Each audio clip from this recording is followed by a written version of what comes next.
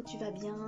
C'est vrai que la période qu'on vit et avec cette pandémie est quelque peu flippante, si j'ose dire. Et il serait tout à fait normal que tu te poses des questions, que cela t'occasionne même un peu de stress dans tout ce qu'on vit actuellement. Il y a les examens, il y a le retour à l'école ou pas pour certains. Ce confinement qui est en train de tourner en déconfinement, mais où on nous parle même peut-être de reconfinement après. Donc voilà, toutes ces choses font que peut-être dans ta tête, ça tourne très vite et tu as un peu l'impression que tout est remis en question. Donc je parlais des examens, divers projets, les vacances, tout part en vrille. Je sais pas pour toi, mais moi j'ai l'impression que le temps file à une vitesse grand V. Et pourtant... Quelquefois, quand je parle avec une ado, je ne citerai pas ton nom, mais je pense que tu te reconnaîtras, elle me dit « Tracasse, t'inquiète pas !» Et c'est ce que j'ai envie de te dire aujourd'hui. Au cœur de cette année vraiment bizarre pour tout le monde, c'est ce que j'ai envie de te dire. Ne t'inquiète pas.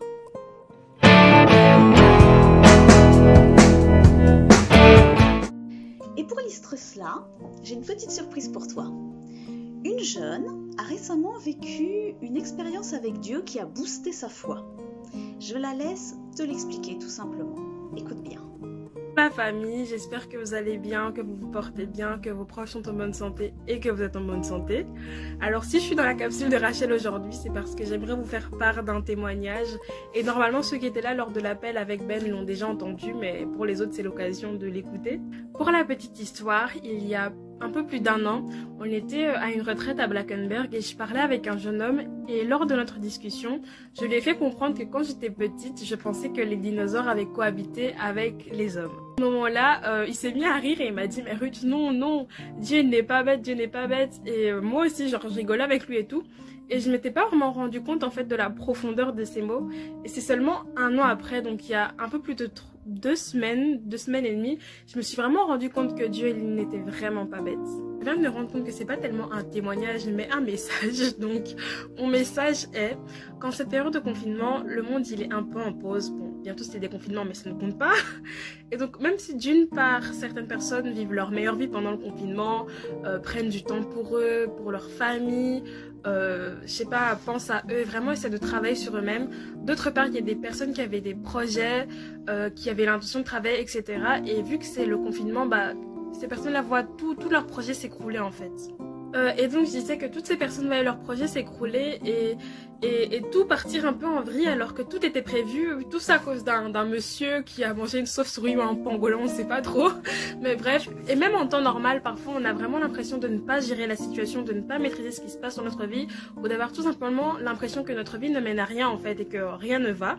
À vous tous, je voulais juste vous rappeler que si notre Dieu il était assez intelligent pour ne pas faire cohabiter les hommes et les dinosaures ensemble parce que la survie entre nous ça va être assez chaud, c'est pas votre vie qui n'arrivera pas à gérer, c'est pas ta vie qui n'arrivera pas à gérer. Si le vent et la mer lui obéissent, ta vie il ne va pas la négliger, il sait exactement ce qui est bien et mal pour toi, il sait ce qui est bien et mauvais et ta vie il ne va pas la négliger, il ne va pas te laisser en plan, il ne va pas laisser ta vie en plan. Et donc, si tu as l'impression que rien ne va dans ta vie, que ta vie n'a pas de sens, que tes projets sont partis à l'eau, que tu ne comprends rien ou qu'il se passe totalement l'inverse, n'oublie pas que là-haut, tu as ton Papa céleste qui t'aime de tout son cœur, qui ne veut que ton bien et qui est intelligent. Et surtout, qui sait ce qu'il est en train de préparer pour toi actuellement?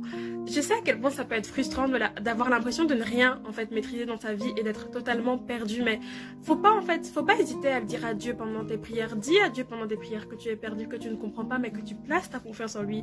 Parce qu'il y a un verset qui dit, bon je ne le connais pas par cœur, mais il dit un truc du genre, autant les cieux sont au-dessus de nous, sont élevés, autant les pensées de Dieu sont élevées par rapport à nos pensées, et que la vision de Dieu n'est pas la même que la nôtre, et que on ne voit pas la même chose de la même manière, et que il a une vision qui est vraiment grande et même si là tu as l'impression de ne rien maîtriser, que tout part en cacahuète, n'oublie pas que là-haut tu as un Dieu qui t'aime. fait, d'avoir réalisé que mon papa céleste, notre papa céleste était un papa intelligent, ça m'a vraiment rassurée. Et en fait, pour toutes les fois, en fait, à chaque fois que je suis perdue, que je suis frustrée, que je ne comprends pas ce qui se passe dans ma vie, je me dis, Ruth, Dieu il est au contrôle, Dieu il est au contrôle, il est là, il va pas te laisser tomber, il t'aime, il est fidèle, il est intelligent, et c'est ce qu'il prépare pour toi, et c'est ce qu'il prépare dans ta vie, et c'est ce qu'il prépare dans ta vie à toi aussi. Donc ne perds pas espoir, parce que là-haut tu as vraiment un papa qui est intelligent. Et oui, notre Dieu est intelligent et c'est un papa qui nous aime. Mais alors, que faire? Que faire quand t'as plein de questions dans la tête? Que faire quand ça tourne à 30 000 à l'heure dans ta tête? Eh bien, tu peux faire ceci. Prendre ta Bible et chercher les textes où Dieu répondra à tes questions, répondra à tes frustrations, répondra à tes interrogations. Par exemple, on peut lire dans le psaume 94, verset 19, ces paroles que le psalmiste a écrites. « Quand les pensées s'agitent en foule au-dedans de moi, tes consolations réjouissent mon âme. » Et cet autre texte dans Philippiens chapitre 4, verset 6 qui nous dit « Ne vous inquiétez de rien, mais en toute chose, faites connaître vos besoins à Dieu avec des prières, des supplications et des actions de grâce. » Si Dieu nous dit qu'on peut lui faire connaître nos besoins, c'est évidemment qu'on en a. Avec des prières, on vient lui demander. Avec des supplications, donc c'est que il y a vraiment là, on a besoin de quelque chose. Mais aussi avec des actions de grâce. Autrement dit, n'oublions jamais de le remercier pour ce qu'il a déjà fait pour chacune de nos vies, ce qu'il a fait dans nos vies. N'oublie jamais de le remercier pour ce qu'il a fait dans ta vie. N'oublie jamais de le remercier, d'être reconnaissant également pour les choses qu'il fera plus tard, même celles que tu ne vois pas maintenant. Je t'encourage à te poser quelques minutes dans un petit coin tranquille et en écoutant ce chant de laisser Dieu mettre sa paix dans ton cœur peut-être agité. Moi j'y vais, je te dis à bientôt et tracasse, Dieu gère. Salut! Oh,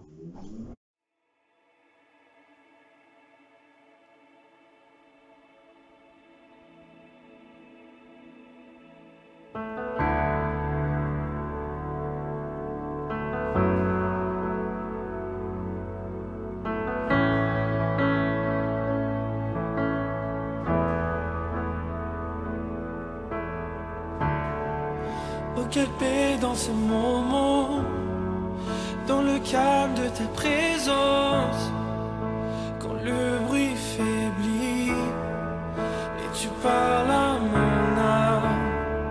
Tu as toute mon attention, fais-moi entendre ta voix.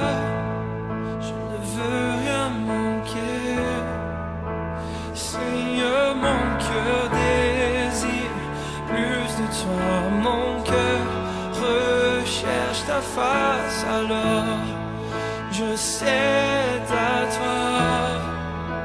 Et tout en moi est ému par ton amour, captivé par qui tu es. Conduis-moi à te connaître plus encore. Je veux m'approcher de toi, laisser mes peurs derrière moi. Seigneur, viens toucher ma vie à nouveau. Oh, oh, oh, oh, oh, oh, oh, oh. Comme le soleil à l'aurore, comme la brise dans la nuit, ta paix me restaure, tu me donnes la vie. Il n'y a aucune hésitation dans ton amour, ton affection, rien n'est comparable. Seigneur, mon cœur désire plus de toi, mon cœur recherche ta face, alors je cède à toi. Et tout en moi est ému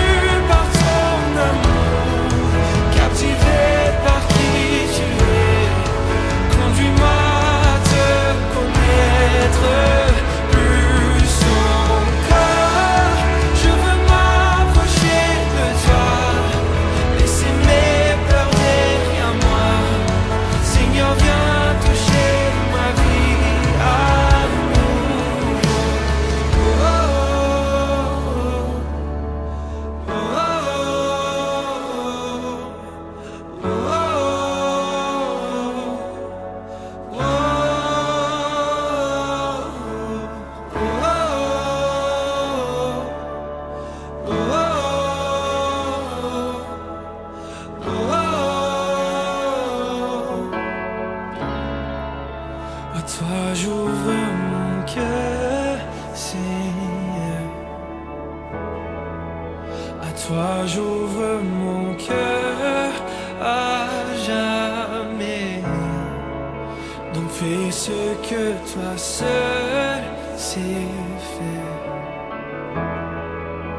Jésus, viens régner dans ma vie. À toi j'ouvre mon cœur, Seigneur. À toi j'ouvre mon cœur à jamais. Donc fais ce que toi seul sais faire. Jésus, viens régner dans ma vie. À toi j'ouvre mon cœur, Seigneur. À toi j'ouvre mon cœur à jamais. Donc fais ce que toi seul sais faire. Oh Jésus, viens régner dans ma vie.